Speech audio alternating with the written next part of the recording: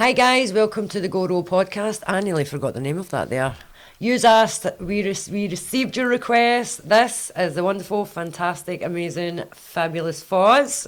Yous all says you wanted a Foz podcast. We've got a Foz podcast today. A Foz podcast? A Foz podcast. A Foz podcast. I myself am Aurora. Yous already know that. I'm sitting here like we're presenting the news. You just said that a minute ago. What? That we're presenting the news. You were like, do your news thing that you did a minute ago. This is a BBC Home Service. We'll not go down that road. No, so everybody requested, everybody was absolutely loving mine and Fozzie's report, and Fozzie and I have an absolute fantastic relationship. I can see you in this one now. See, Fozzie, because he's not behind the cam, we've got a rate my setup, we've got a wee thing flipped round so we can see ourselves, so I could actually see him doing that there. I can see you inside me, is it? I hate you more. Like, so you'll notice as well, by the way, just I'm going to put an FYI, wee disclaimer out there. You'll hear Foz and I tell each other we hate each other. We've got our own language, okay? So, for example, if Fozzie's doing a shoot of me and it's a really, really good picture, he'll go and look at it and he'll say, it's shit. That means it's good, okay? If he says, it's all right, that's not good, we need to retake. And then we don't tell each other we love each other. I love him very dearly and he loves me very dearly, but we do say, I hate you. I hate you more. Yeah. And then I say, no, I hate you more, and he says, I hate you to the power of 10 of anything you could say. Exactly. And then I never win.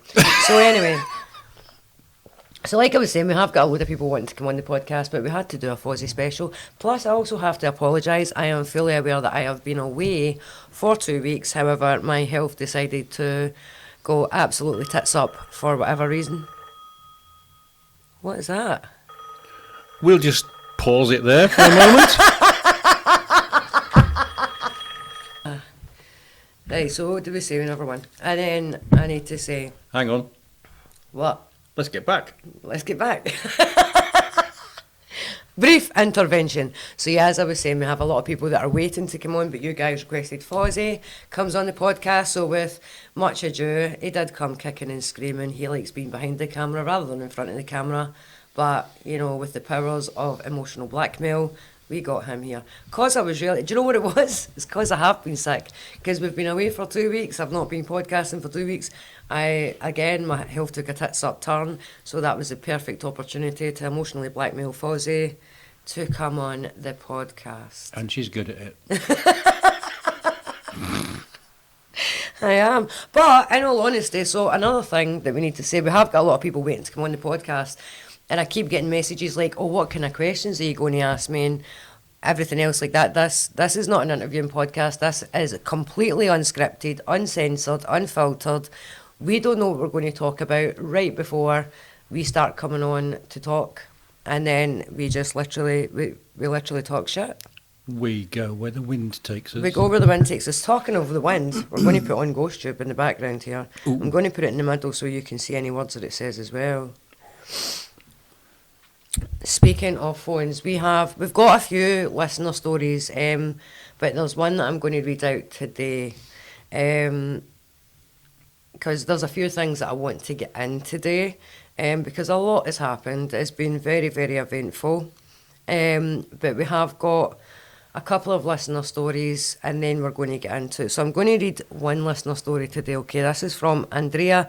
I can never say, and Andrea is like Andrea or Andrea. I can never ever pronounce the second name right. It's like Anesi. Anesi? Yeah, that's right. It says, a friend and I decided to go walk in a cemetery one night. We were walking around and she stopped to look at some cherubs and a tombstone. I kept walking to a pond. I turn around and there is a brunette lady wearing a tank top, tight joggings and shorts, and a Walkman right behind me. Oh, there we go. This is what I wanted. I wanted a more new age ghost. If this is a ghost, then this is a story that I have been waiting for. Mm-hmm. I've been waiting for this. I jump and was like, you scared the shit out of me. She just said hi. Bambino. Italian for baby. Ooh. That's what I call my kids. Bambino. Go to bed, Bambino. She just said hi and kept running. My friend came up shortly after that. I was like, did you see that lady? She said, what lady? I told her what she looked like, and she started looking around for her, and there was no one there but us at the cemetery. Thanks for your time. Really love the podcast. Drea Anais. Love that. Love that, love that, love that. Insert scary music. No, do you know what? Like I says, we've been away. Well, I've been away for 2 weeks. I've been locked up for. I say locked up. I need to stop saying that because some people might take that serious. I have been hospitalised. Not that kind of hospital. I have been ill. I was sick. And, you know, things have just been absolutely... It's been a time, hasn't it? Since when? Do you know what it's been since? Since the blue shoot. Yep. The blue shoot. Yep.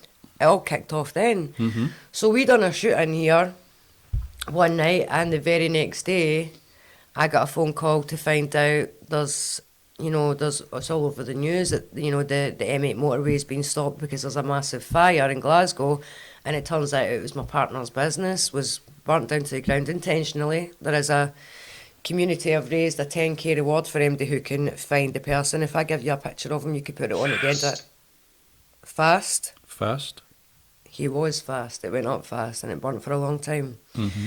unfortunately. But there is a picture that we will put up at the end of this podcast. The community have raised a 10k reward for anybody who can identify this person. However, my partner's business went up in flames, burnt to the ground. The cat was inside. We have a... Bless, I know. Yeah. We've got a bunch of yard cats, and one of them was actually inside the property that night and sadly passed away because of it. Shortly after, somebody who's a dear friend, he was like a father to me, but to my partner, he was my partner's right-hand man. He was his best friend in the world. I called him Faithur. He wasn't like a father, but he kind of took me under his wing that way. But he was more so my partner's right-hand man. Unfortunately, last Saturday we lost him. We found out that we'd lost him after my partner actually found him. But at that time, the Sunday before that, I'd actually been hospitalised, yeah? It was the Monday. We done the strong, not skinny. Yep. On the Sunday. On the Monday, I went to work.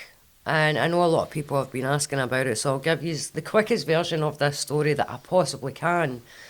But I'd went to work on the Monday, had a fantastic night, wasn't it, on the Sunday? Yes. We had a fantastic... Why can't you come? Well, you could have came to the Strong Not Skinny. Anybody's welcome to come to the Strong Not Skinny events. They are free, they are for every female.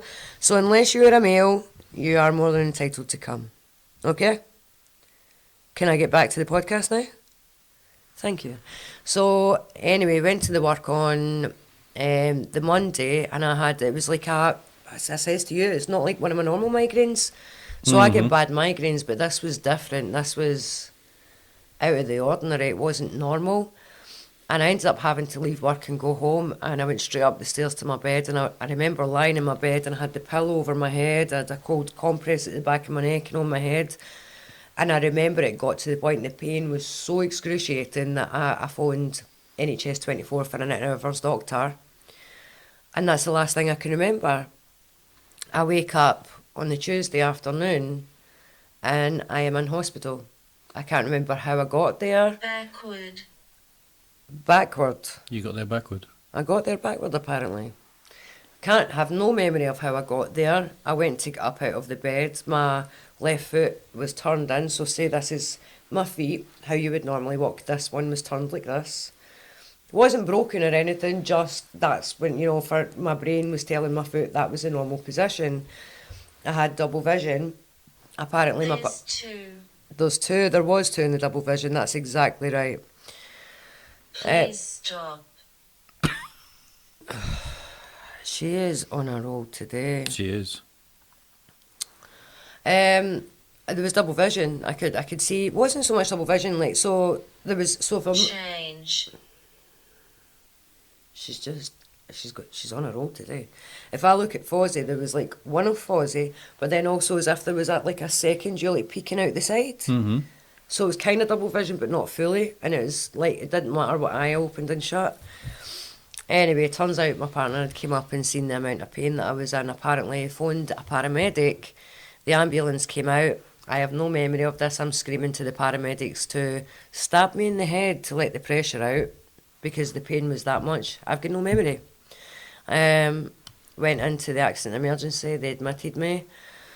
Yeah, and it was so I'll go back to that in a second. So I was in the hospital, and yeah, my partner hadn't heard from Mick for a while. That's Faithur, or my partner's right-hand man.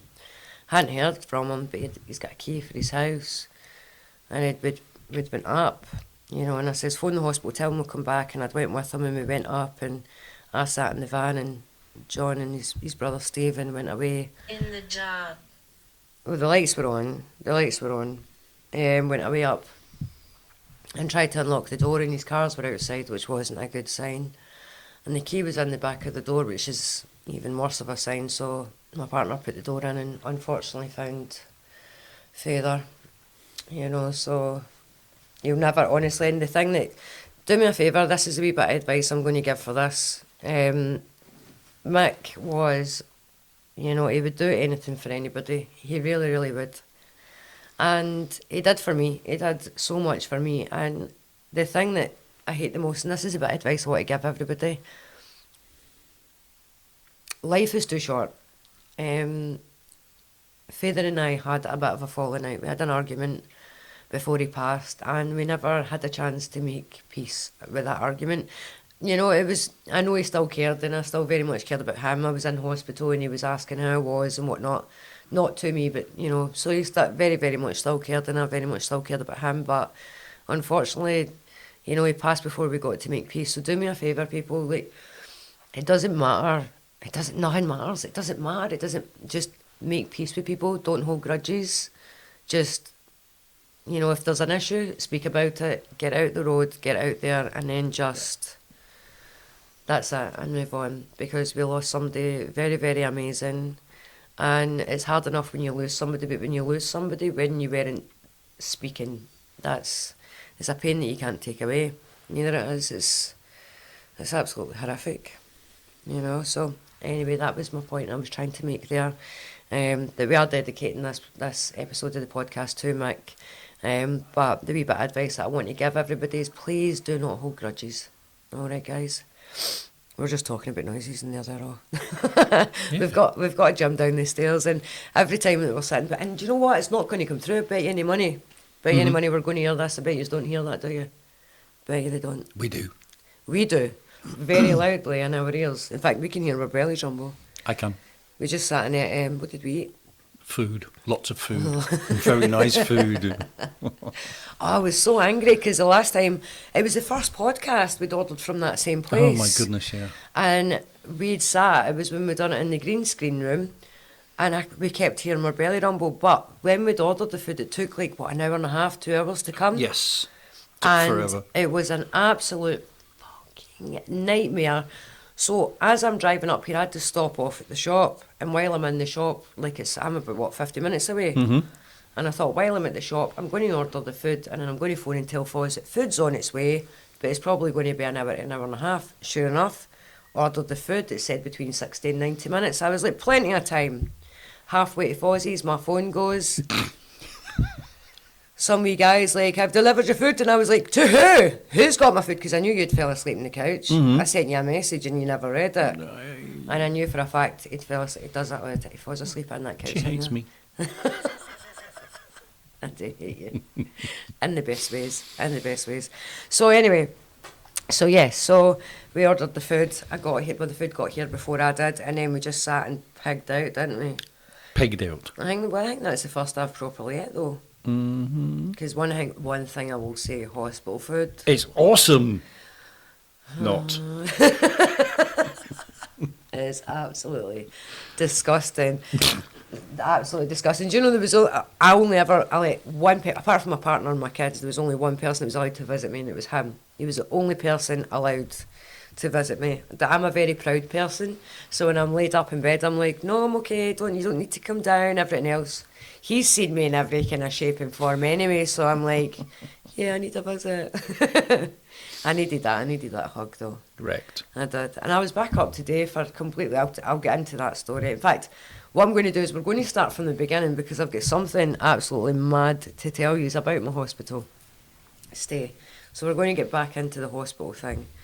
So first we need to rewind to 2017. It'd be really good if you could edit the... I was going to say put the waves on, like do-do-do-do-do-do. And then we need to quickly change our outfits. Oh no. Yeah. We would need to put on one of the modelling outfits that are hanging up in Would I there. need to shave? Maybe. No You shaving. can. You've got a film coming up. I've You got a can't film. shave.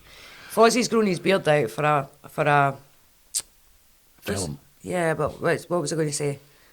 A character for a character in the Character. film. Yes. Yes. Yes, I'm going to be a mad murderer. Yeah, love that. Yes. I could be good at that. Oh, very good at it. Yeah, I think. Yeah, I like What to do you kill mean people. You are very good. That's what Sorry, I was going to say. I'm very good at acting like Only in the it. movies.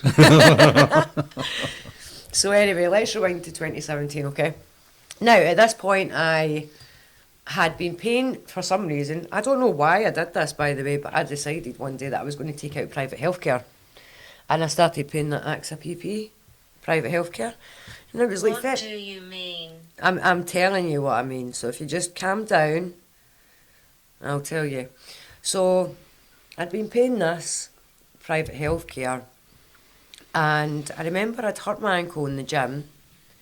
And I know this is probably nothing to do with it. I ended up with a boot on. I was teaching a class and I was jogging on the spot, and there was a dent in one of the mats that I was in the gym I was training at the time. I hurt my ankle. I ended up with one of those moon boot things on. Mm-hmm. Then my back kept getting sore.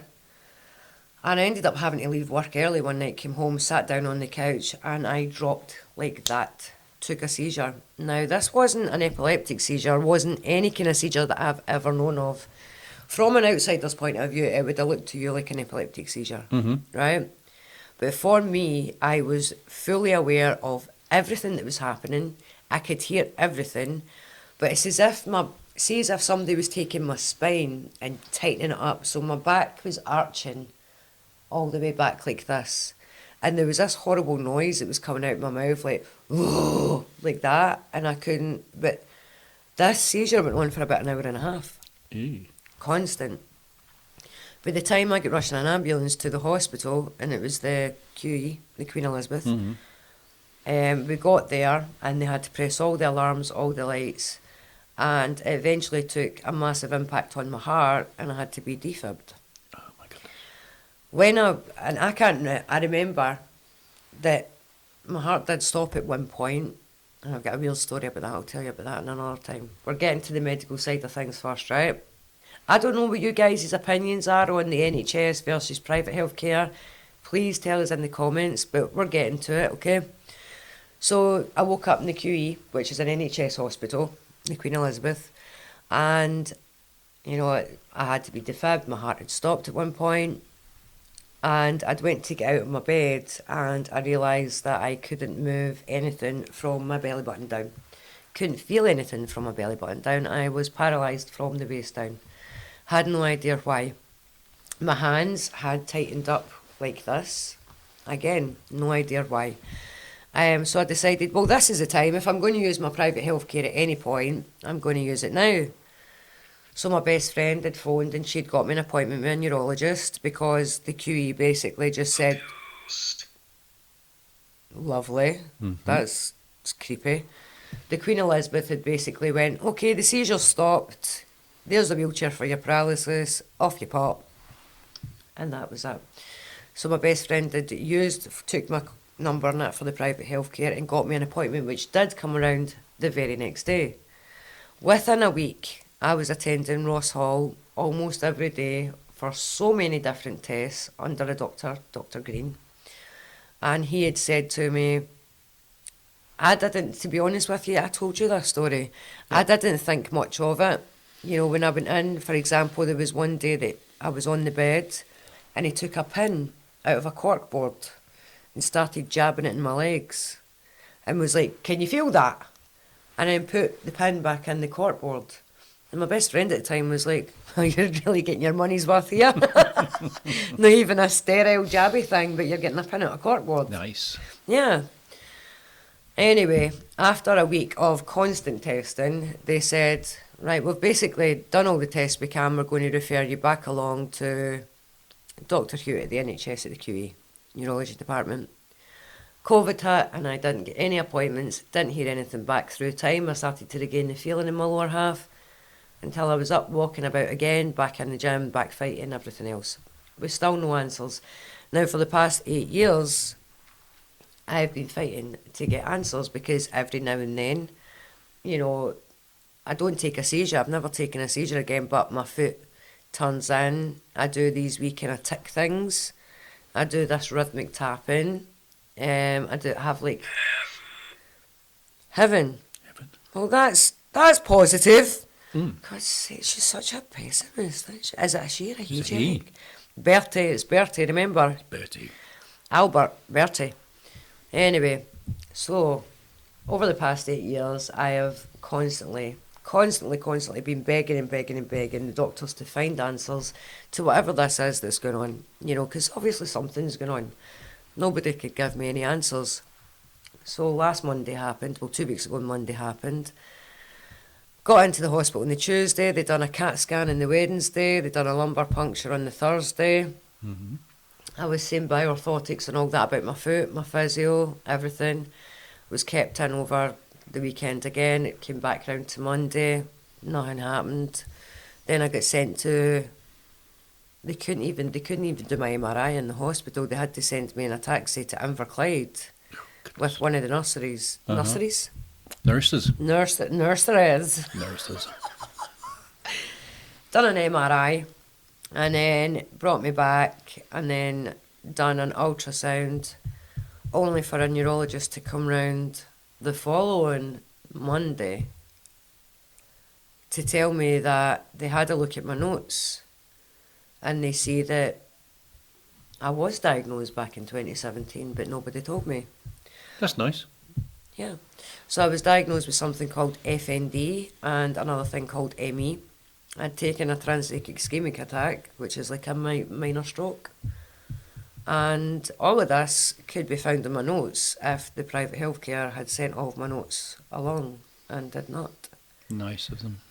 So as much as I was bashing the private healthcare sector and saying they're absolutely hopeless, don't waste your money, turns out that they were able to do in 1 week what the NHS couldn't do in 8 years. Yeah. So I don't know what you want to make of that, but then again, they never sent my notes along, so they still messed up there. Don't know what you want to make of that, but there we go. The NHS versus private healthcare. You decide. But I had a real time, didn't I? You had a wonderful time in hospital. Yeah, they treated you like an absolute... They did. Don't get me wrong, I will say there were some of the nurses and some of the auxiliaries were absolutely amazing. Absolutely amazing. However, it seems to be the higher up... What happened to you? Me? Oh no, this is an existential crisis ghost again. Yeah. You want to take this? No, I think he got a hangover and fell over somewhere. But hey, that's another story. Anyway, no, some of the staff were absolutely lovely. Some of them were absolutely fantastic. In fact, a majority of them were. But there was 3 particular members of staff. There was one auxiliary. Now, before we get into them, I need to tell you, I have got my wee gang. In the job. This woman seems to be in the dark. Going to put a light on for her. No. Fozzie's saving his lecky. Can't afford the power cards. I had my wee I called them my gang of delinquents. So yeah, I did. They were. We were. So every time if you wanted to go out for a wee vape, right, you had to go outside. And we would all go outside and we had this set up. And there was all these wheelchairs that people would take out for a taxi and then they would just get the NHS ones, they would just get out and leave the wheelchairs. So you know you've got the shed where you put your bike if you're wanting to, you know, if you bring your bike into the hospital, you'd park your bike in the shed and it's got like poles in the middle you can chain it to. Well, we would wheel the wheelchairs in and as if they were wee parking bays. It was always when it was late at night and nobody was, you know, chaining a bike up. And then we would sit there, so there was me, and there was Angie, there was Liz, there was Lexi, there was Jamie, John, and then there was Andy, who was fantastic. He would come down with his phone, playing all sorts of music, and we'd be sitting there, you know, vaping away, drinking our coffee on the wheelchairs, in the bike thing, you know, with Andy the DJ on his phone, you know, and then there was Lindsay, and then, you know, so there was all of us outside, but then in my wee ward, in my room, it was brilliant. So we had Mags in the corner. She was absolutely fantastic. She just didn't take anybody's shit. She just, you know, if the nurses were being a pain in the ass, she would tell them it straight. Nah, that's not how it's happening. She was brilliant. And then Lindsay was across from me. And then her and I one night decided that we were kind of hungry. We wanted a cake. So we decided to order cake into the ward, only for me to find out why. Guys, you can answer this. Just I have no idea why. But apparently, for a neurological patient, I was signed in and looked after under a consultant in the diabetic ward. I had no idea I was in a diabetic ward. Why would I be? I'm not diabetic. But anyway, yeah, we ordered about 9 cakes and we got a delivery. Cheerful. We did. Everybody was cheerful that night. Also taking hypers, but we're all cheerful. Anyway, so I'd ordered a bunch of cakes in. And, you know, it was Lindsay. Lindsay had led me astray with that one. She started telling me the places that you can order out, and I was like, oh, I'm just going to do it.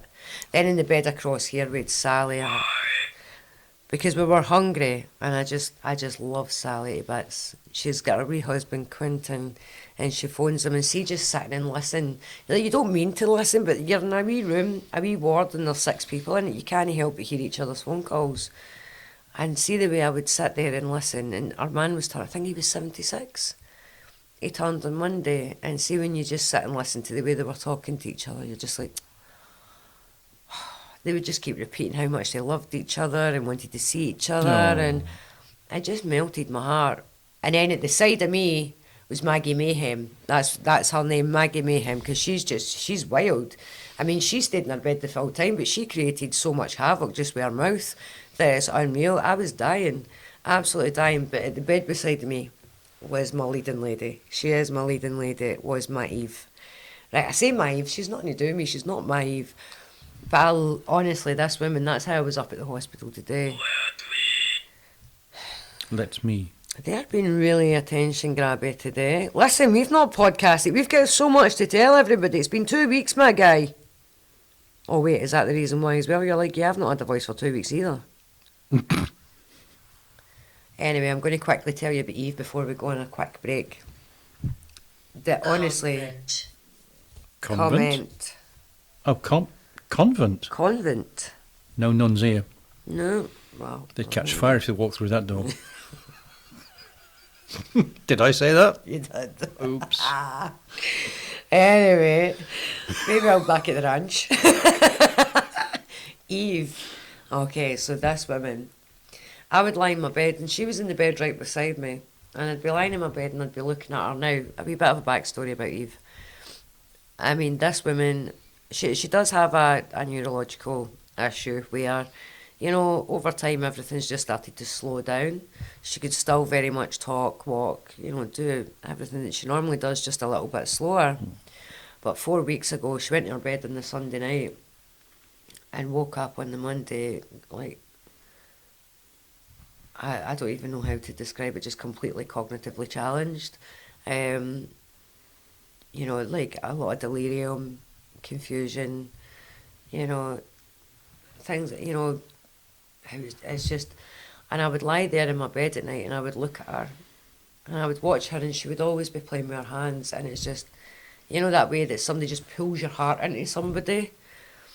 And I got up the next day and I thought, you know, what I normally do is see the worse I get, the more cheerful I present myself to be, because I try and fake it till I can make it. Mm-hmm. Well, you know as well, when I went in, you know, I was kind of just barefaced in my own natural hair, and within 2 days I was, you know, phoning my daughter telling her to bring me up, you know, some of my dreadlocks. I was going to dreadlock my hair, and then I started getting up and getting dressed during the day, instead of sitting in my pyjamas in my bed and things like that, because I thought, right, and I was trying to kind of keep the morale up. But I was noticing at night time, like the girls, they were all sitting and they were on their phones and reading their books and watching the TV, and Eve wasn't.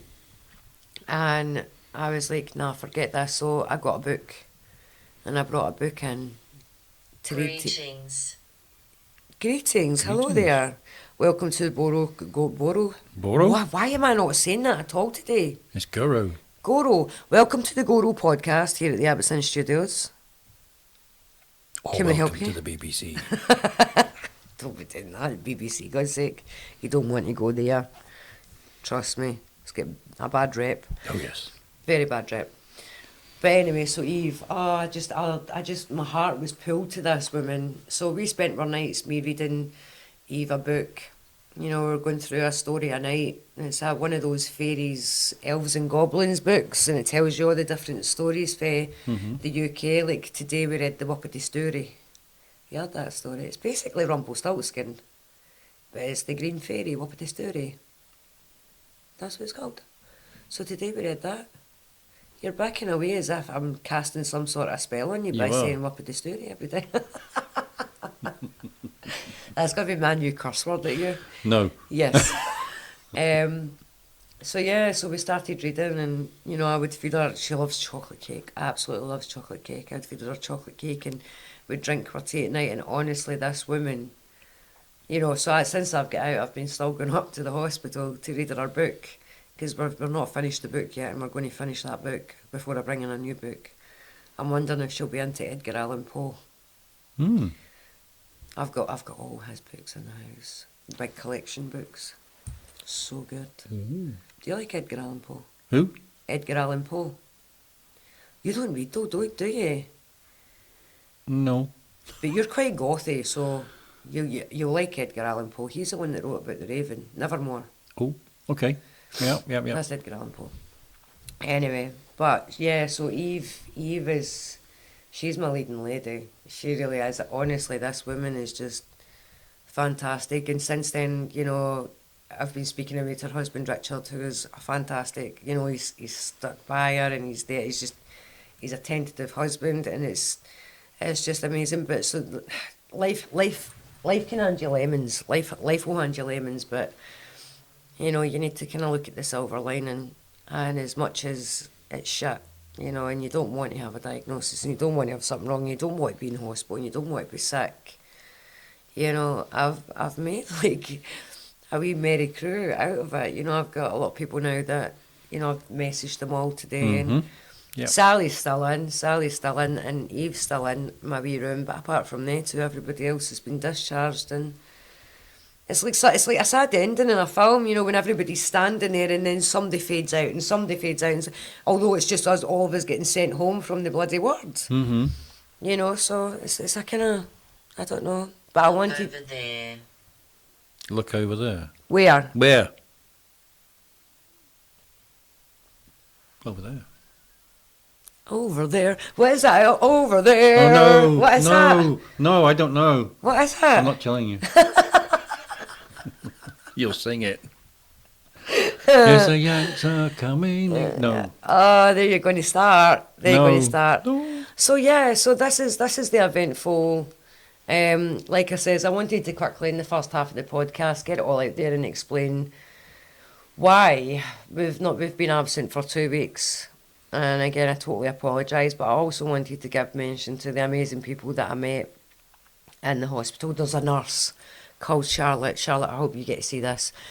Oh my God, I love this nurse. She just makes you feel better just by looking at you. I swear she's a witch. She's got to be, right? She's just this, you know, petite redhead, and she's got rosy cheeks, and she's just always smiling. Always smiling. Even her movements, like the way she walks is happy. Everything about her is just, it's just happy. There was a student nurse, Tammy, who was fantastic. There was another nurse who her name, an auxiliary who I completely forgot, who was absolutely amazing. You know, you could speak to her about anything, and you know, she would listen. And like I said, there was a lot of the nursing staff that was absolutely amazing and fantastic. But the people, they're the characters. They're the ones that you need to sit there and go, you know what, I'm keeping in contact with you because you. Who is that? It's not me. It's you. You're the one talking. Are you okay? Needs help. Devil. Oh, Oh, El Diablo. devil. So yeah, so I wanted to mention, you know, again, we're doing this podcast. We're going to stop for a break now, but this podcast this episode we're going to do in memory of Mick. But I did want to mention some people because, yeah, life throws you lemons and you need to make lemonade, people. I think that should be the theme for today's podcast. Life is shite, but here's some lessons. I'm actually giving out life lessons. Life must be bad. Life is shite, and here's a glass of lemonade. Yeah, exactly. That's it. We got lemonade, didn't we? Japanese lemonade. Ooh. Yes, we did. We did. So one of the ones that you pop the wee glass ball in, which I'm going to Google on the break and find out what that does. And it goes bang. It does. It gives you a fright. Well, I had to get you to do it. I've not got any strength. Give me a fright. It gave you a fright. Yeah. It did. Because no wonder you've got to smash a glass ball. I'm not coming back here. Scary place. She's scary. In the best ways. No, you're not. Anyway, guys, I feel as if the first half of this I've just rambled. And I apologise, but there's so much going on in my head that I'm like, it's been 2 weeks and I've got loads to tell you. Bear with the second hand about Faithur. What? We'll be back in a bit. Yeah. Bye. Welcome back, guys. Sorry, we took a wee intervention there. And I can only apologise, by the way, because I sat there the whole time that I was doing the first half of the podcast, like, I am rambling, man. I'm not wording as well. How many different words have I got mixed up? You'll like it. I know, I think. Yeah, you will. Do you want some? Sorry, guys, we're just having some sushi while we're doing this. Well, I will say that have sushi. I always challenge myself to see how much wasabi I can handle. And I order always, see, wording, not wording. Wasabi. Yeah. A full pot, and she's going to eat it. Oh, Planchet. Planchet? Planchet? What's that mean? No idea. Shall we Google it? Do you guys know what planchet means? We're going to have to Google it now. P-L-A-N. C-H-E-T. Planchet. Planchet. No, I missed it. Misspelt it, guys. Typos are legendary. Typo. I'm really bad at typos, though, aren't I? You've got to admit that. Yeah. Caress. Caress. Caress. Ooh. So a planchet can refer to two distinct items in numismatics. What does that say? Numismatics. A planchet is a blank piece of metal, typically round and ready to be struck as a coin or metal.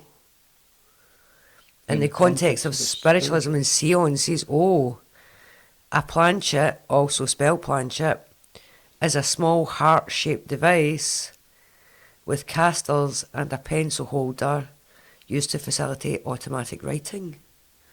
We should maybe do that one time. Wow. We should. We should. We should get pen and paper and then we just sit and just...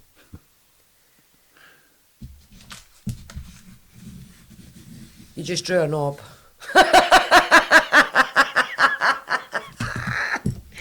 Mine would probably say cat, cat, cat, cat.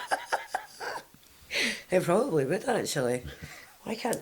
So, yeah, my words aren't wording. I totally apologise, but please bear in mind that I have just taken a funny turn for some reason the past 2 weeks. I can't thingy my thing. You can have that one. Cell. It felt like I was in a cell. It was absolutely horrific. Did you... That's not in the script. Right, you want to do the ones? Cut. Anyway, so I find I'm not wording. Why are my words not coming out? This is part of that is true actually as a side effect of the FND. Do you know what FND is? So it's functional neurological disorder, but the way she explained it to me, right? So if you and I were walking through the supermarket, right? Yeah. And we are, like, you're going to be fully aware, right? You're going to be fully aware of, like, you've got your subconscious mind and your conscious mind.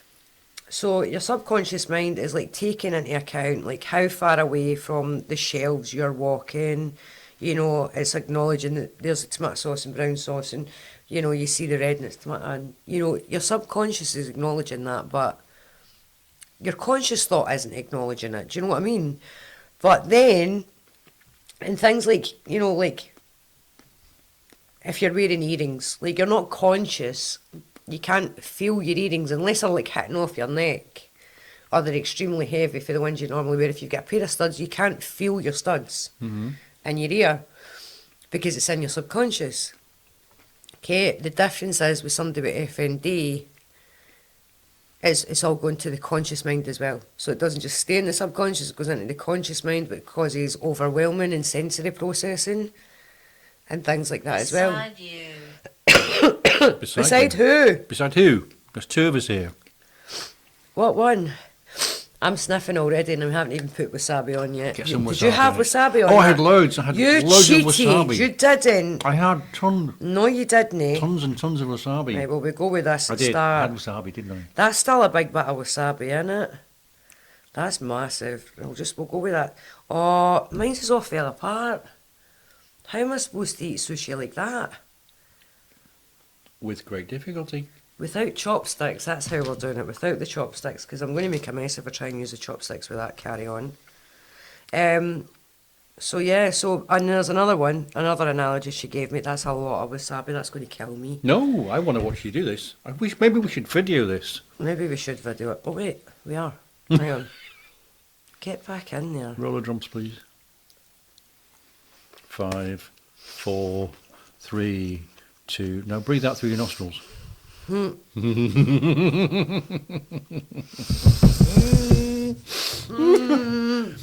and gentlemen, whilst Aurora here is disabled, we're going to talk about how she was treated in hospital. She was treated wonderfully in hospital. You couldn't ask for any better treatment. Some of the nurses there were so fantastic that they would go out of their way to... Oh, am I doing this back to front? Perhaps you should maybe take up the story after you've come. Why are your eyes watering? Why? I don't know.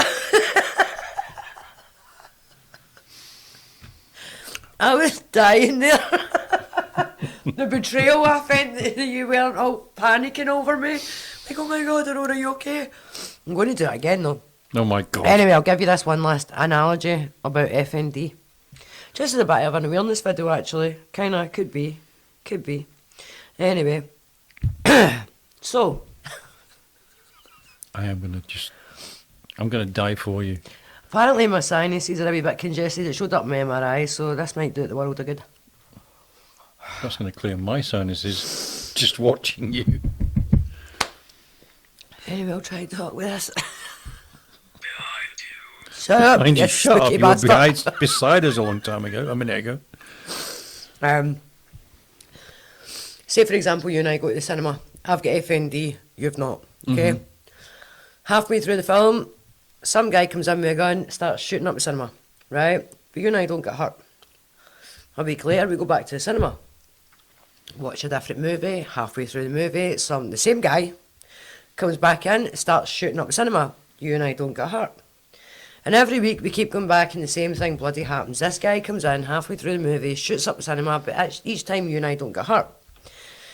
Now, your brain, the way your brain will work, Sleep. he will go to sleep. Sleep.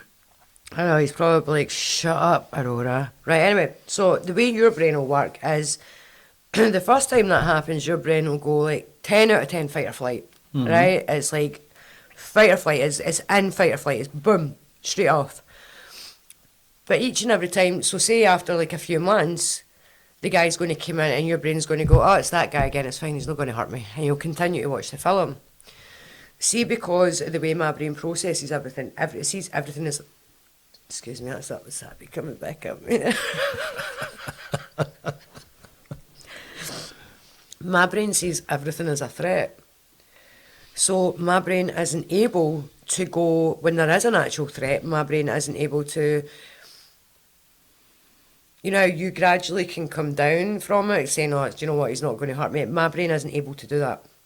So what my brain does is every single time, even for months and months and months later, I will go into 10 out of 10 fight or flight every single time.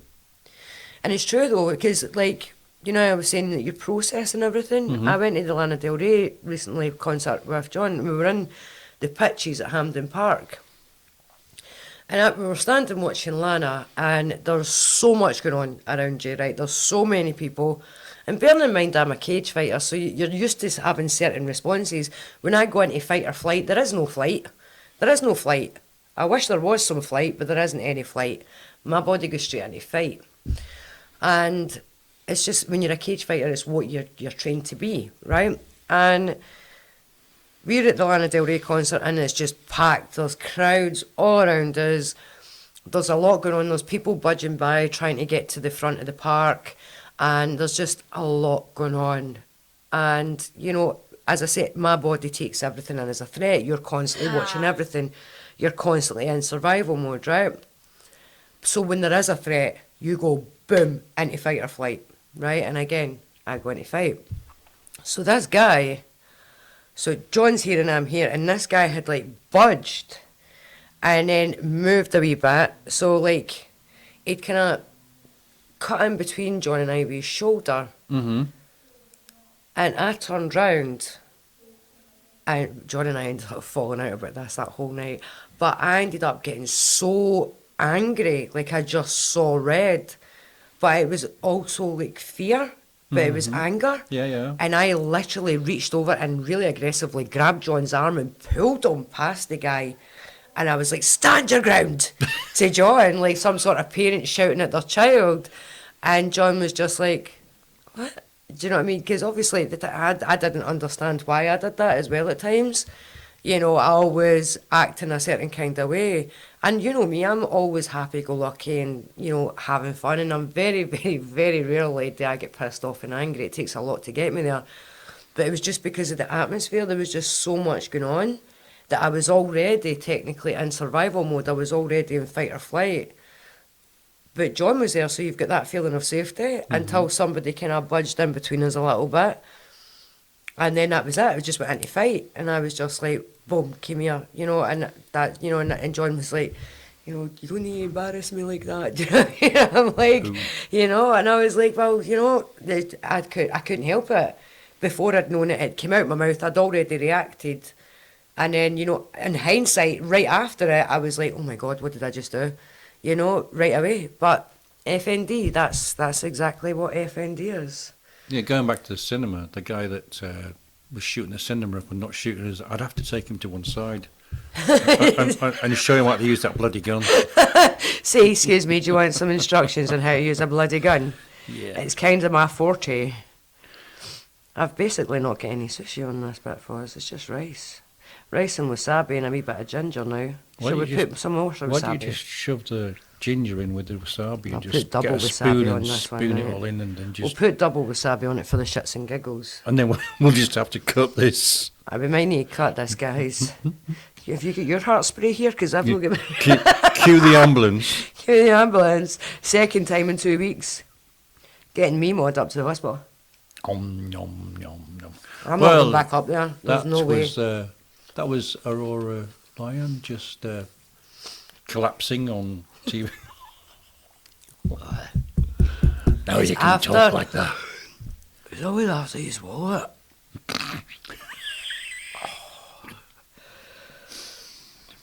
Alright. I'm sweating. How ladylike. Speaking of ladylike, I done my makeup today. What do you think? She didn't really. I did, and do you know what I did? I went to Asda because the food that I'd ordered Fozzie and I was Japanese, but I didn't see any sushi on the menu that wasn't fish, and Fozzie and I don't eat fish. So I was like, oh, I'll jump into Asda and get, you know, one of the wee pre-made sushi, you know, things, because they're normally quite nice.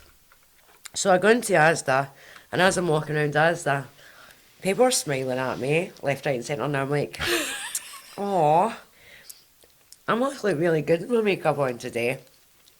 Until I get back to the car and flipped the mirror down because one of my eyelashes was falling off. I noticed that not only was one of my eyelashes falling off, but I also had a bogey.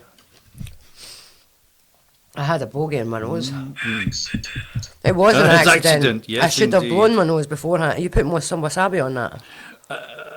I've got loads on it. No. No, you It's evil shit. It's not evil. It exercises your demons. Cough. Exercise the demons. I'm gonna use that stuff for cleaning the That's carburetor. actually, do you know that's what wasabi was invented for? Was a disinfectant? That doesn't surprise me. It was. Hang on, we're going to Google this. Hang on, wait, we'll get Chat GPT up and we'll ask her. It's dissolving the stick. What? I actually believe that. Right, stop beeping. We're hello. using Chat GPT for a second. What was wasabi invented for? Oh no, she's broke. Hello? Hi, what was wasabi invented for? Hey there. So wasabi actually has a pretty practical origin. It was originally used in Japan not just for its flavor, but because it has antimicrobial properties. Basically, it helped keep raw fish safe to eat before refrigeration was a thing. So it kind of started out as a food safety measure and then became that iconic sushi kick everyone knows and loves. Thanks. What do you mean everybody knows and loves? I know and love it. Did you have... Wait, I don't think you took some soup. No, I had some when you weren't looking. I saw it. You all saw that. See if I watched this back and he didn't. Can show me? It was wonderful. Lovely. Anyway, meanwhile back at the ranch, I am not ending up back up in that chaos of a hospital, but I'm still sitting packing this because it's not floored me yet. It's not floored me yet. It's like the only alcoholic drink I'll drink is a Bloody Mary, and every time I go, I'm always like, make it super spicy, and never ever had a Bloody Mary that I can't drink. Never. So we're going to go triple on this one now. Oh my goodness me. This is going to end me. Wow, that's a lot. Can I just show yous? It's a lot. Without it falling. I'm not going to do it without it falling. Look at that. That's a lot. A horrendous amount of wasabi. But we're going to do it for the shits and giggles. Most likely going to be the shits later, but the giggles for now. Shall I move the microphones out of the way? Right. Down the hatch. Uno, dos, tres. I had to gin myself up a wee bit there. Did you see that? I was like, oh, right, just fuck it. Right. Now breathe out through your nostrils. Start off by whatever.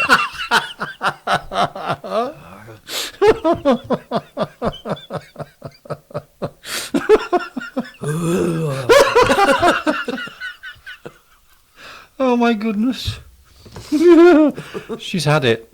She's well, that was a podcast, guys. I hope you enjoyed it. We'll see you on the same channel next week.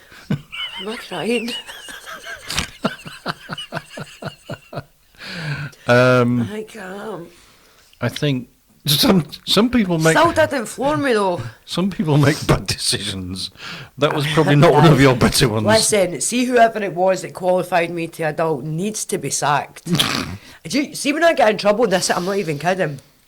See if I get into like jeopardy, like you get a flat tire or something, or something happens, I'm like, oh my god, I need an adult. And then like I am an adult, and I'm like, I need a more adultier adult. Like I need a more adultier adult. And I can't ask you because you're not any more of an adultier adult. You're not qualified to be adulting. Adulting's bad. It's for other people, not for me. Right, we're going to go all in or all out in this last bit. So we are. So yes, what were we talking about anyway? Hospital food.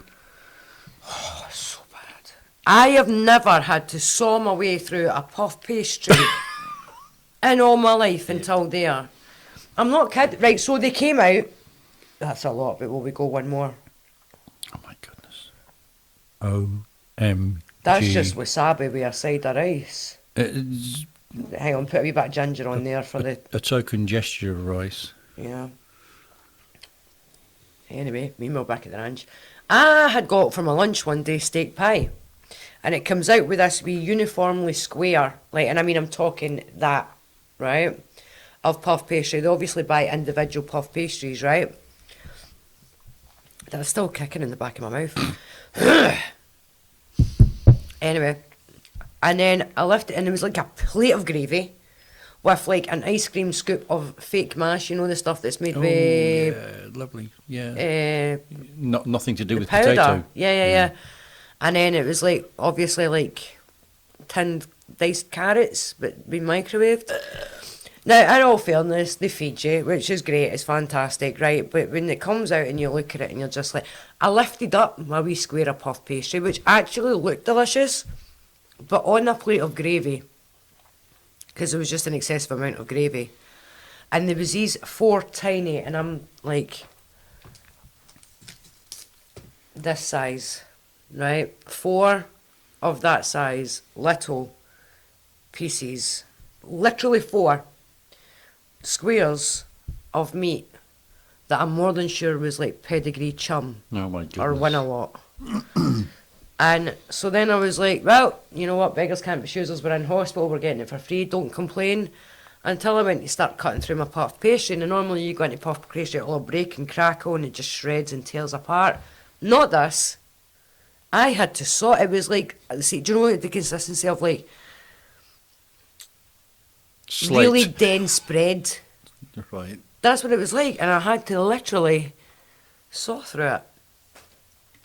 I was glad when I get kicked out. I technically didn't I I? think they were glad when you got kicked out too. Oh, no, do you know what? Right, so we're going to get into it. Shall we get into it? I think oh, so. that's a lot of That's wasabi. a lot of wasabi. Oh my Fuck it. god. Oh my goodness me. Yeah, she's definitely done for now. There's another tub in the kitchen. Oh, Struth. Anyway, as we were saying, Aye, we found it. We found my limit. I might get snotters. it's everywhere. You're a mess.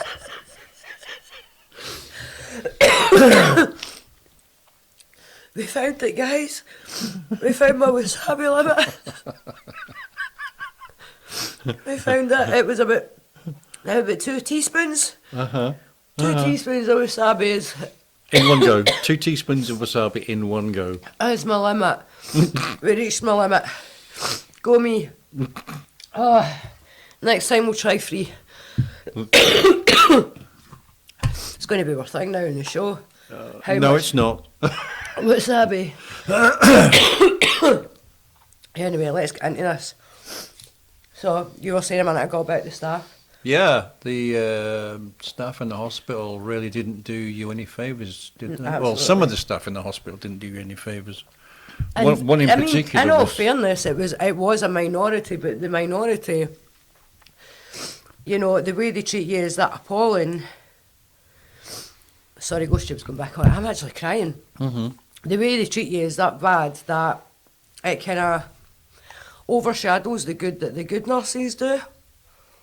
Now, first of all, you know, why a neurological patient got put in a diabetic unit and was under a diabetic consultant. You know, the girl in the bed across from me almost got injected with insulin in the middle of the night? Oh my God. Yeah, a nurse went up and says, oh, you're due your insulin. And she went in, it was just the chance that the girl woke up. Like, because you know that way you're awake, but you're not fully awake. And she actually kind of woke up right and before she gave her insulin, and she was like, wait, no, I'm not diabetic. Oh my goodness. Yeah, so there was that. like I say, I'm not going to take away, there was a lot of staff on that ward that were absolutely... Absolutely annoying. They were fantastic. I'm not going to take that away from them. But see, when you've got staff that are shit, it kind of overshadows the good stuff, because no matter what, you feel miserable. You're already miserable. You're miserable in there. You feel like shit. You don't want to be there. You're miserable. But then you've got staff that are mistreating you, and it just feels worse. It makes you feel all the more miserable. I need to do a face check because I'm sure I've snottering and lipstick everywhere and do the rest of this podcast. My mascara and everything's ran down. Do you know what? We're just winging it, right? Listen, this is the best I've looked in weeks and weeks, even with the mascara running, okay? So we're just sticking with this. So I'm going to give you the basic rundown. So everything, essentially, everything was good. You know, the nursing staff themselves were, I mean, the wards I get moved into, they were really, really good. The staff were fantastic. So there was a botch up at first with my pain relief, wasn't there? Mm-hmm. Because Yeah, oh goodness, yes. they were giving me, it was like a 2 so there was a 10 ml syringe, and in the 10 ml syringe they were giving me as pain relief 2.5 milligrams of morphine. In between my codeine tablets as a breakthrough pain relief. Now, come the weekend, last weekend, there was a night shift nurse came on, and she was only giving me just over a mil, so it was like 1.25 milligrams of the Oromorph. Yep. And by this point, I'd been having the 2.5 in between the codeine for almost 2 weeks. And then she's reduced the morphine by half.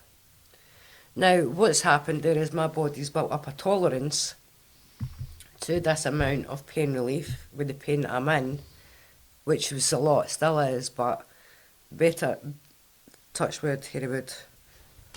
Yeah. There we go. It is better just now. Not completely, but it is.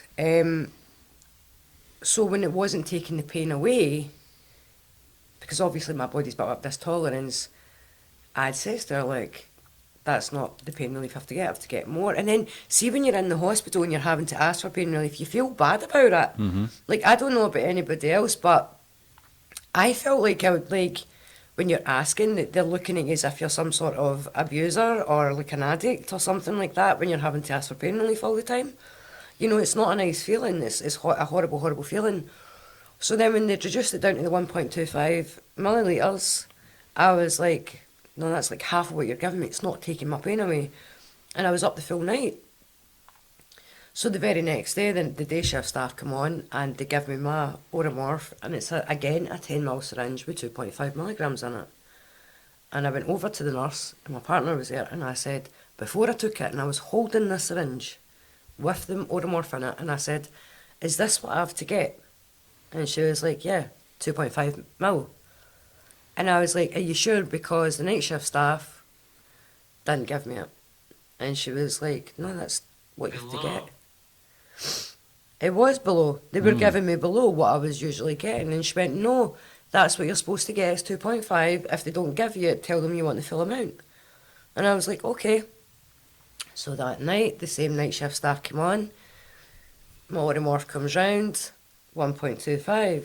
So I say to her again, I was like, no, that's not what I have to get. I have to get 2.5. Like, this isn't touching my pain. So she goes away, she comes in with the laptop, you know, the trolley with the laptop with all your medications on it, and she was like, look. And she was like, 2.5 milligrams, which is 1.25 millilitres. And I was like, right, I see that, but the nurse I spoke to today looked at the same thing and told me it was 2.5 ml. And I don't know, but I know that the 1.25 isn't touching my pain. So what they had to do, the next morning I woke up, I'm sorry, my nose is still running. I'll tell you something, that's what's better than that Sinex spray that the hospital gave me. Mm-hmm. So the next day I asked to speak to a doctor. Now the consultants aren't working at the weekend, it's now Sunday morning. A registrar doctor comes round and I speak to him and I say, I don't know what's happening, you know, but nobody wants to be in pain. I am in a lot of pain. Because what's happening then is... Now for the medical bit. No, it's now for the science bit, isn't it? Science bit. Now for the science bit. So anyway, my foot's like this and the other one's like this. But it's not just my foot that's turned in, it's turned all the way up. To my whole leg was turned all the way in, that my knee was pointing in as well. Which was then, for somebody who has already got a damaged spine from the car accident, was putting more pressure on my spine. I was in that much pain that on the Sunday, I got a day pass and went for a massage and had to tell her to stop going through the massage because it was just I couldn't feel my leg. She was like, so see, like, give me your arms. So say, like, so I could feel, like, imagine, right, see if I was to do this and press your arm. Yeah. You can feel the pressure, but you can also, like, you can feel me doing this. But see, what my leg was feeling, it was feeling the pressure, Yeah. but it didn't feel the sensation. How weird. Do you know what I mean? So, and when she stopped, when I was getting my clothes back on after she stopped massaging me, I actually put my hand on my thigh, leather trouser check. Anyway, my hand on my thigh, and I ran my nails up my thigh to see if I could feel it. Could not feel it. Ooh. Yeah. Anyway, so meanwhile back at the ranch, I says to the doctor, I'm in pain, I don't want to be. My back was hurting so bad it tightened all the way up. My head was still hurting so bad as well. No. No. You know, along with other symptoms, along with that, the pain was phenomenal. And he says, let me go away and check. So he came back and he says, right, so what you're supposed to be getting is, you know, apparently I wasn't even supposed to be getting, they'd gave me codeine and oromorph, and you're not supposed to get that because it's 2 different types of opioids. And they were mixing them. So then what they said was, there was actually the night shift staff at the weekend was correct. Because if you look at the strength of the oromorph, 2.5 milligrams of oromorph, or morphine, is 1.25 millilitres of oromorph. So they were essentially giving me double. Oops. So I worked it out and I calculated it. The codeine tablets they had me on are equivalent, the two tablets are the equivalent to 5 milligrams of morphine. I was getting them 4 times a day. So that's what? 5, 10, 15, 20. Unfortunate. That's 20 milligrams of morphine. But then they were adding the 2.5 milligrams, but they weren't giving me the 2.5 milligrams because they were giving me 2.5 millilitres, which is another 5 milligrams, 4 times a day. So that was 40 milligrams of morphine, technically. It turned out that they were right. So the doctor had to completely change all the medication. I was like, no, I'm not happy with this. Then tried to put me on more like high dose morphine. And then I said, I was like, I'm not taking that. That's too strong. Like, I'm not, you know, I want to not be in pain, but at the same time, I don't want to be walking about. Yeah, you don't want to be in a happy place all the time. Exactly, like a zombie. I was like, so can we just go back to, you know, normal pain relief? Anyway, so there was that, right? I'm not going to say anything bad about the nursing staff there, apart from, you know, do your math. When I did my nursing, I actually had to, it's one of the first tests you do, is mental maths, to do your thing. Yeah. I did mine at Paisley University, and I'd done it through night school, and that was one of the first tests we did, was a mental math test. You need to be able to count, because you're working with medications. Ooh. Yeah, so anyway, but this is when the shit show started to happen. So I told you about the wee woman that I absolutely love beside me. Now, going through her off patch, she is unable to press her buzzer or anything like that. And, you know, if she needs changed, It's cold. it is cold, then she needs change. So, you know, I decided one night we're going to have a pyjama night, her and I. I spoke to her husband, he was absolutely fantastic with it. Richard's a fantastic man. And got her a set of pyjamas. We were like, I'm going to, and I was winding up. I was like, I says, what's your favourite colour? And she says, blue. And I says, okay, I'm going to get you purple polka dot. And she looked at me and she was like, what? And I says, I'm getting you purple polka dot. Anyway, and I've grown very, very close to this woman, and I'm very, very protective of her, right? So I'd finished reading her story one night, was feeding her some chocolate brownie cake, giving her tea, and I noticed that down below she needed changed over. So I'd pressed her buzzer, and an auxiliary came in and he says, well, we need the 2 of us. Please go. Yes, exactly. Please go and get another one then. So 20 minutes later, which is no fault of their own, because apparently the ward was in chaos that night, it's understandable. The auxiliary came back round with another auxiliary. Now, this is my only complaint here, in this side of things. When they went in and shut the curtain around her bed, the second auxiliary whispered to the first auxiliary, and this is what I heard, it was like, let's just change her into her pyjamas. And I heard that, and the girl in the bed beside me heard it, and I was like, absolutely not. And I'm sorry, but no, that's not okay. I says, you will change. You need to change your bottom half. And she looked, she opened the curtain and came out. And she went, what? I says, you need to change your, like, bottom half. And she went, she was changed at 10 o'clock. Now this is 25 past 11. I says, I'm sorry, I didn't realise that we were on schedule for when we had to go to the bathroom. So she shut the curtains over. Now that happened that night. Looking for me? But 2 days before, I woke up pissed off. Because an auxiliary who I'd never seen before was in, changing her up and everything else like that, changing Eve up. And Eve has got a lot of involuntary movements just now. And when she was rolling backwards, she doesn't mean to, but this auxiliary had got cross with her and she's like, stop rolling back, like stop doing it. And I woke up hearing that. Mm-hmm. And I was so mad, so I whipped my curtain round and I got so mad and I was like, she can't help it. Because this woman was getting really cross and she shouted back, I know. Then she comes out of the curtain and they're bringing a new patient in. And as they're bringing a new patient in, I'm standing at the sink washing my hands. Eve's here, I'm there, we've got Mags, Sally. Lindsay had got sent home, but they're bringing a new patient in. And the next minute this auxiliary is like, no, I'm got to speak to her, I'm got to speak to her now, I'm got to go and I'll see if she got to say it to my face. And starts fight talking to the other nurses. All right. Now, you know me, right? If somebody starts fight talking around me, I've just told you I've got FND, it's a medical condition. I'm not just a cunt, right? So I'm like, my whole body's getting ginned up. I'm getting anxious. I'm like, oh, right? But she's walking about with the shoulders back and thinking she's all that in a bag of chips. And then talking about going to confront, I'm going to go confront. And the other nurses are saying, don't, just leave it, blah, blah, blah. So this woman already doesn't like me, right? Because when she is walking out the room, I say to the other nurses, you need to get a grip of her. That's not good for the patients. She needs to get a grip. Like, she's riling me up. Mm-hmm. Yeah, yeah. So that was this one, right? So the day after the incident, with me saying, no, you need to change her, you know, with them saying, let's just change her in her pyjamas. Behind you. Anyway, the next morning, I wake up, pull back my curtains. This is the day before my leaving day. Funnily enough. And Mags says to me, what was that about last night? You know, talking about, you know, me saying to the thingy.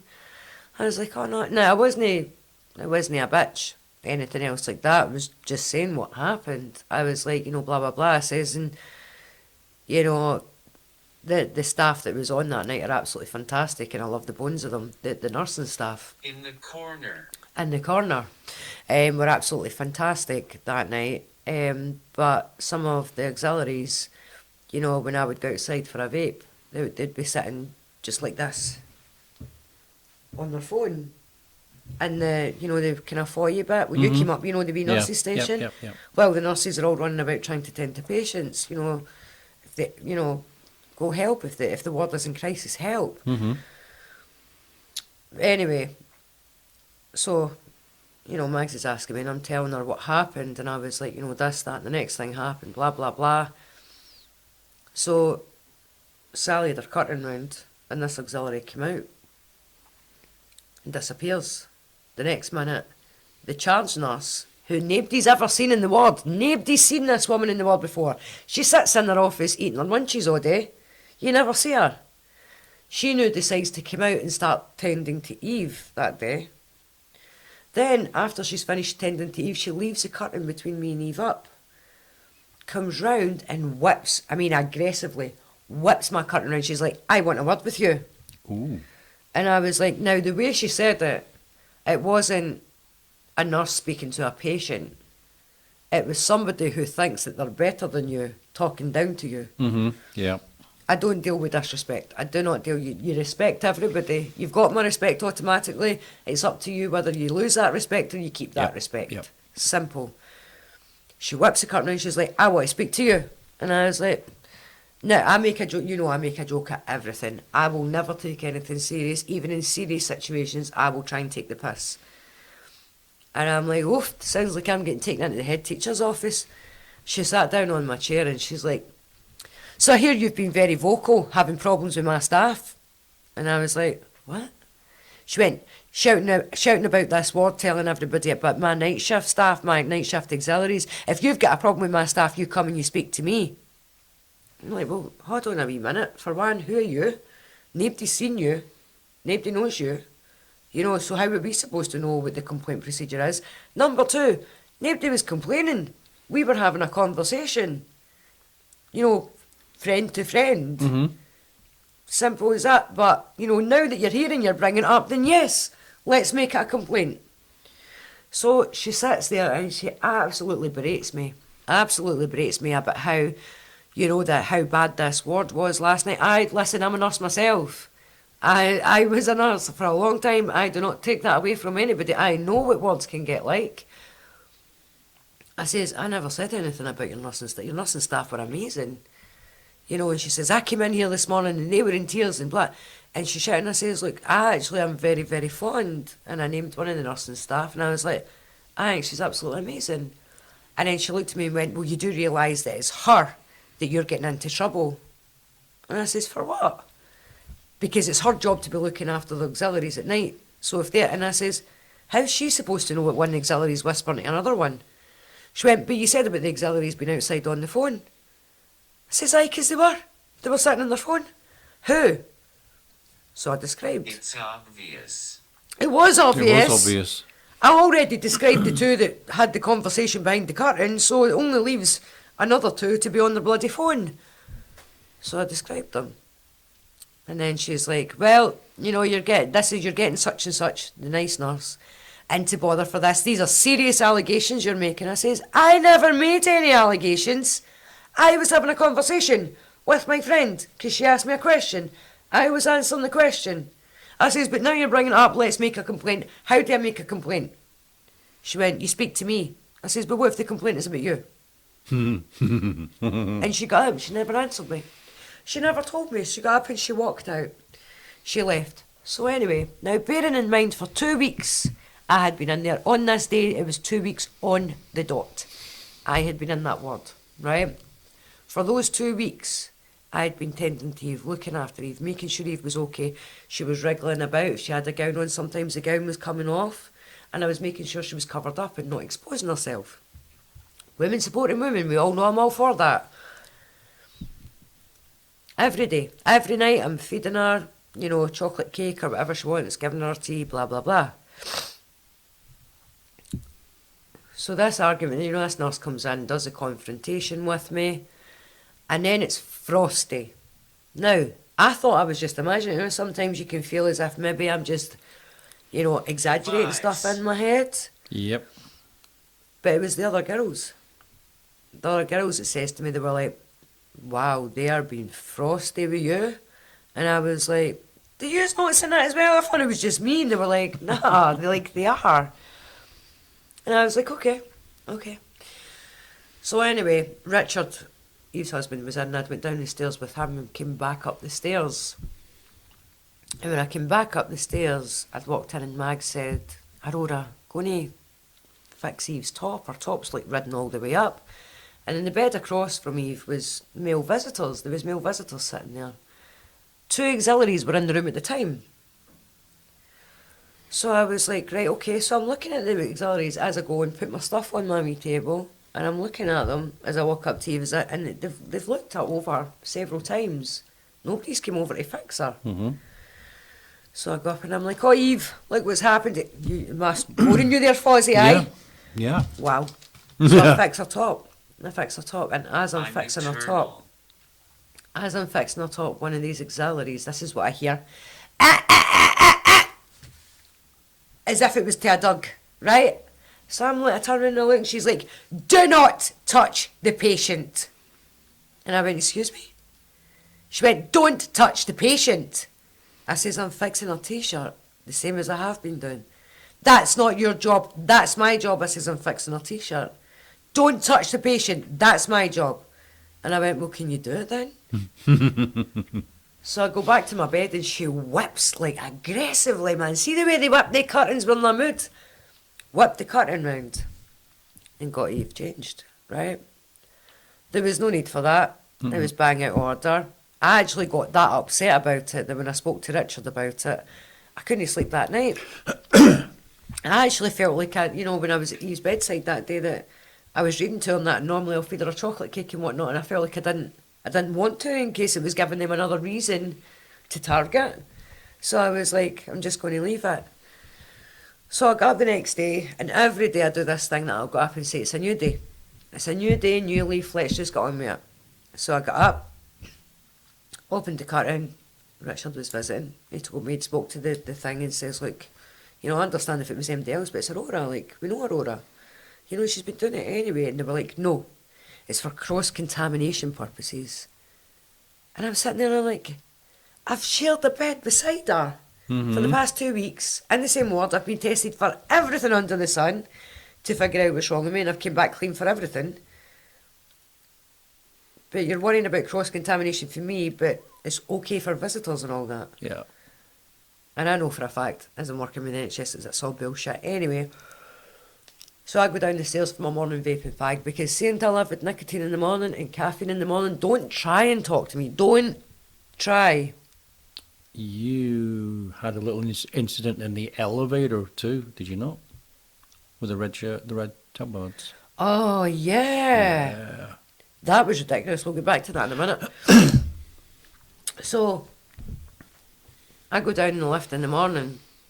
So I'm up in the 5th floor, so I've got to go down to the main entrance.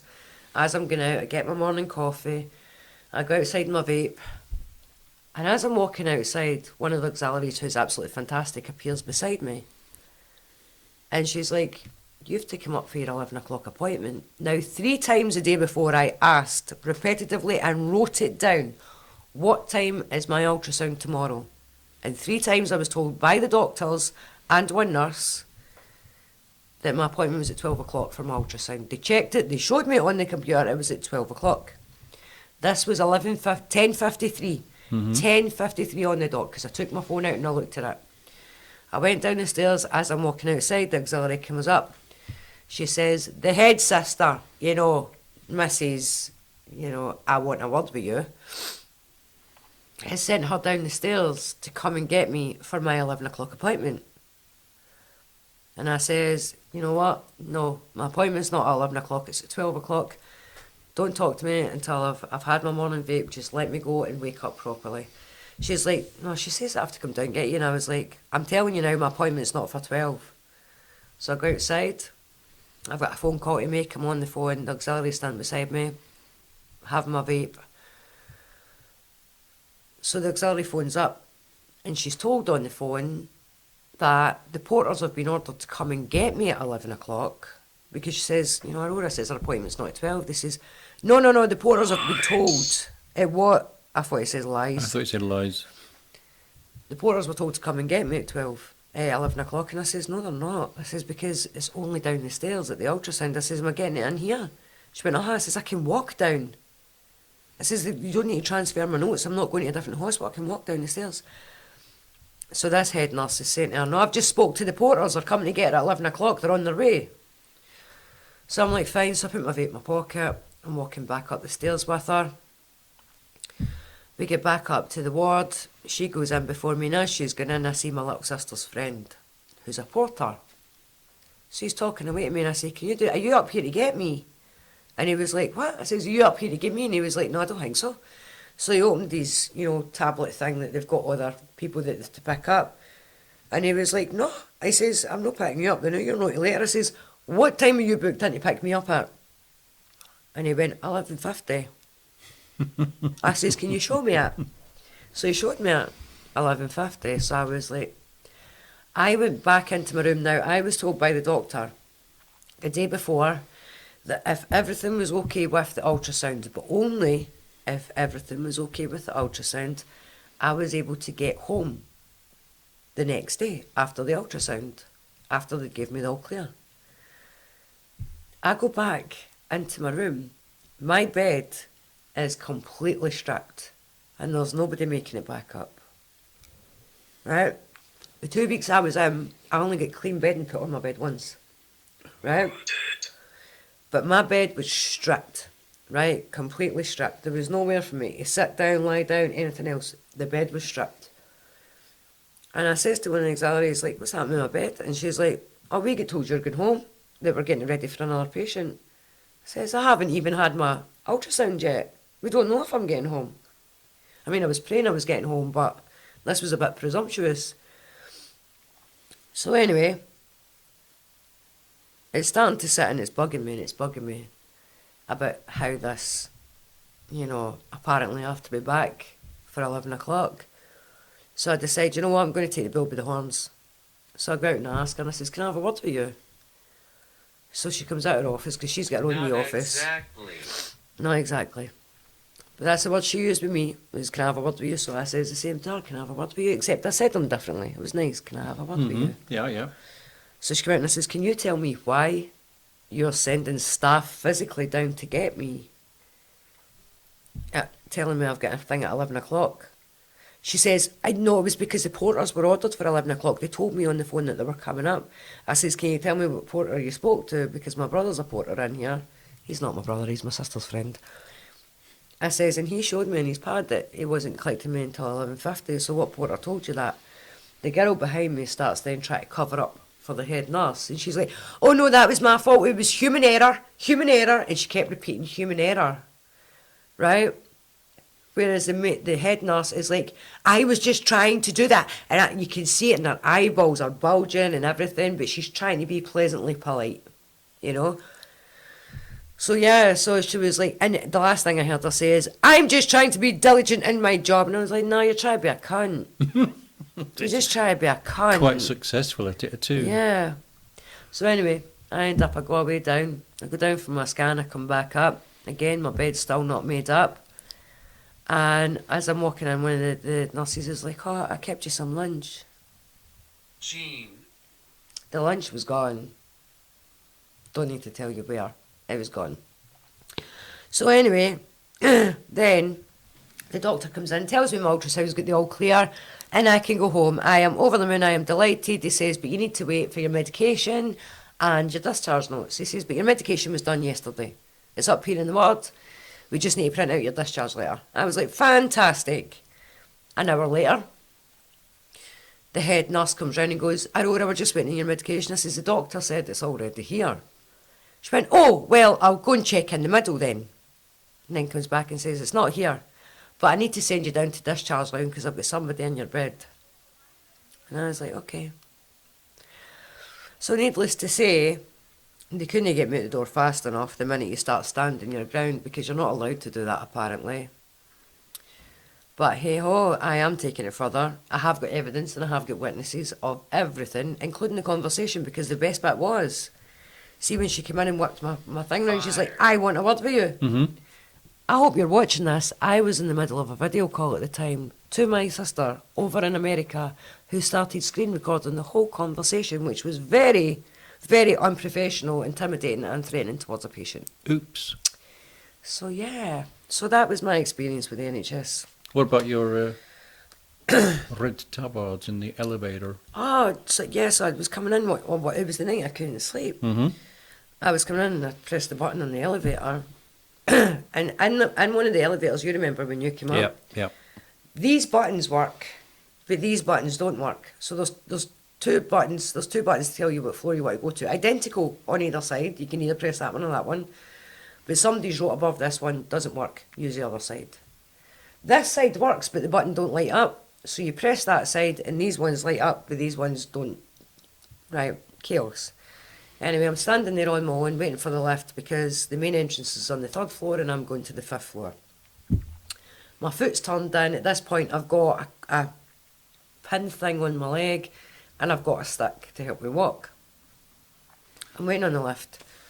The next minute, the lift door opens. As the lift door opens, about 5 people with like the red uniforms come running around the corner and jump in the lift. I go into the lift behind them. They've all pressed 6. Well, one of them pressed 6. I've went in and, tired brain, I've went to that side. The side doesn't work and I've pressed 5. And I've went to continue to walk in. And the next minute, one of the girls was like, no, we need to go to 6 first. Now, working in the NHS myself, that also means there must be some sort of emergency. So I back out the lift. There's a second lift there. I back out the lift and I'm like, it's fine, that side doesn't work. You go up. You go, I'm sorry, I'll back out. Just I'll get the next one and you go. And I backed out. But the next minute there's this one girl who keeps shouting, we need to go to 6 first. We need to go to 6 first. Now the rest of them have heard me. But this woman, she's not saying it in panic. She's saying it like confrontationally kind of thing. And I was like, it's cool, that side doesn't work. And I kept repeating to her, that side doesn't work. Because see, the more she was panicking, I was starting to panic. Mm-hmm. And I'm like, go! And I'm standing outside the lift anyway. Innocent. And you know, I go up, and the second lift, I go up in that. And that night, the person that was to come round and view my medication was, Let me try. what's her name? Review nurse. All right. Yeah. Was the very same one, the one who's shouting, we need to go fast, we need to go fast. And by the way, she then went, I'm just going to take the stairs, and ran out the lift. And I'm like, they're going to be up there by now. You've just been silly. Anyway. He will touch you. Really? Fozzie, sit on your hands. No. Anyway. So yeah, so the thing that happened on the lift is on the way down the lift the next day. I got on the lift with two of the red coats, and one of them was this very same woman who was being, you know, over exaggeratingly confrontational and everything else. And she's having a conversation with somebody else, and she went, well, we would have got there faster if somebody else didn't get in the lift. You know that way they're directing it towards you. So I'm on my phone playing a game. I downloaded one of them match 3 like Candy Crush games. Totally hooked on it now. Shouldn't have bothered. I have an addictive personality. I shouldn't be allowed on these things. No.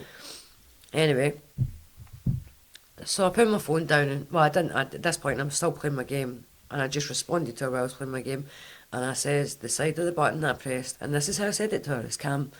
I says, the buttons that I pressed didn't work, and I backed out the lift immediately. And she went, well, see if you didn't stand there explaining that the side that you were pressed wasn't working, then we would have got... And I said, I wasn't standing in the lift when I explained that. I had backed out of the lift. You just could easily went up. And then, you know, she was just, she got very, very confrontational about it, but the more I sat and I thought about it, I thought, you guys are meant to be professional. Mm-hmm. Yous are meant to be professional. Yous have got people that are sick and vulnerable, and they're in there under your care, and they're relying on you to have their best interests at heart, and you're treating them the utter shit. Treating them like poo. So basically, to round it off, guys, the majority of the staff were absolutely fantastic. I hope if some of you are watching this, cannot thank you enough. You were absolutely amazing. For those of you who definitely know, if you've seen this, that I'm talking about you, I will be taking it further, and you really need to thank your occupation, because if you're not there because you care about people, don't be there. You shouldn't be allowed to look after people's health, mental health, well-being, if you do not care about people. Simple as that. End of. So yeah, that was my drama. Wow. Wow. That's my son's name. Boo. Bo. Bo. My wee boy that I lost. That's Oh. his name. Bo. Same spelling and everything. It's French for beautiful. So yeah, so that was my chaos. That was the NHS. So, is that a wrap? That is a wrap. I feel as if I've just rambled in this one. Yeah, she just rambles. She rambles all the time I anyway. do ramble all the time. I've got to put up with this all the time. All the time. Ramble. He does. And not even just when I'm in the studio, I video call him all the time just to ramble. Yeah, makes no sense. It was worse when I was in the hospital, because I didn't have like my children to bounce off of either. No, it was just me. It was me, just me, you. me, me. I'm on the phone to Fozzie every 2 minutes, and it normally starts with, wait till you hear this! Oh, God, and yeah. he's like, Oh no. yeah, exactly, that's exactly. Do you want to try some of that wasabi before we go? No, shove it up your arse. No, because it will be burny. That'd be fun though. I'll video that. I will be farting flames. You will be farting for flames. days. Weeks. months. Shelf. On the On shelf. the shelf. Yeah, no. We're not keeping it. Oh, I'll tell you later, I've got a fantastic idea that we are absolutely doing for a shoot. Also, guys, do you know what? I plug everybody on this, and I never ever plug us, so I'm going to plug us. So Foz is OTN Photographic, right? All my modelling stuff and all that you've seen. This is the artiste. I am literally just the canvas. She blames me for it all the time. All I the just press a time. button. Yeah, it does. So, we're going to plug ourselves actually today. I am going to plug ourselves because I have came out of that hospital and I'm like, new me. Even though you're probably watching this, half of you probably won't even have made it to this point because I've just rambled. I felt Wrong. wrong. Well, he says you're wrong. Apparently you're all still here, so hi. Anyway. So, if you look at my you've seen all my comments and all that. I know a lot of you have been asking for calendars, prints and annuals, everything else like that. This is the person that you need to speak to about it. You need to message Fozzie. On Instagram, you are Fuzzy 001. Mary. No, I'm not Mary. Mary. I'm Fuzzy He's 001. Fozzie 001 on Instagram. Yeah. Yep. Give him a wee message on Instagram if you're interested in anything like that. Also, ladies, as you know, I've done a good few Strong Not Skinny events now. However, in between then, if you ladies want a photo shoot, hire Fozzie. Honestly, you will not be unhappy. Give him a wee message. He will give you prices. Everything is transparent. You're in a safe space. You know, he can even, if you need somebody to chaperone you, you can even call me and I will be there to chaperone you. Okay, but trust me, I have worked in modelling for a long time. I left it for a long time due to bad photographers. And when I tell you, you can trust Fozzie with your heart, then you absolutely can. And again, even if you still wanted a wee bit of security, please send me a message. Book yourself in with Fozzie and tell Fozzie, can Aurora be there? I am signed exclusively with OTN, so all my modelling gets put through Fozzie. And if he needs me, I will absolutely be there. Visit you. And visit you. Yes, while you're doing your shoot. I will visit you while Yeah. you're having a shoot. On that note, we're going to wrap it up. I would like to finish by saying, please remember that this podcast was done in memory of Michael Thompson, who sadly passed away last week. God, time just flies in. That's over a week already. Mm-hmm. Also, I will get Foz to put you people to put a picture up of the fiend. The fiend who set fire to the businesses in the Kinnan Park area in Glasgow. There is, the community have built up a 10k reward for the person who is able to properly identify them. I don't just mean shout out names, that could be him, that could be him. Like give hard evidence that this is the person that he is. Fozzie will try and put up a picture of that as well. I will put the picture up right now. Exactly. Anyway, guys, thank you so much for listening. We will be back next week. Again, I apologise for this being an absolute ramble sesh, but it is what it is. It is what it is. Yeah, my head's all pickled still. I'm not wording properly and I'm getting things mixed up. I'm falling over my tongue. And I've got so much to tell you. It's really, really hard to imagine you falling over your tongue when it's the size of a mattress. Yeah. Because it is. It rolls out like a mattress sometimes. But yeah, so guys, we're going to do that next week. It'll be more structured next week. Again, like I say, we don't have any scripts when I do my podcast. There is no structure. It's completely unfiltered. It's uncensored. We don't know what we're going to be talking about until Fozzie puts the camera on. We still don't know what we're talking about even We have then. no idea. Even No now, idea. no idea. Even now. So again, this week's podcast is just basically a ramble, but it's just to get everybody felt in, because I promised that I would. Again, hit Fozzie up if you are wanting any pictures, anything like that done, or if you want your calendar, your Aurora, I think it's called Aurora Unleashed. The Aurora Unleashed calendar and annual, or one or the other, or prints, anything else like that. This is the guy you need to hit up. Okay? Alright, That's it. Okay, love you. Adios. Bye-bye. Bye.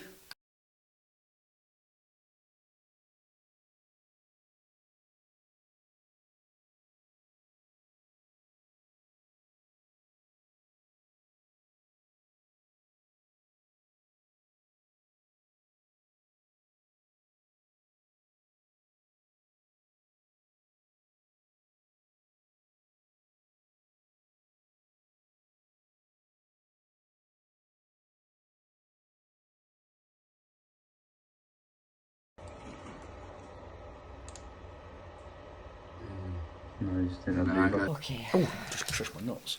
I need to give that man. No. An outtake. You should save the outtakes. I hate you so much. I hate you too.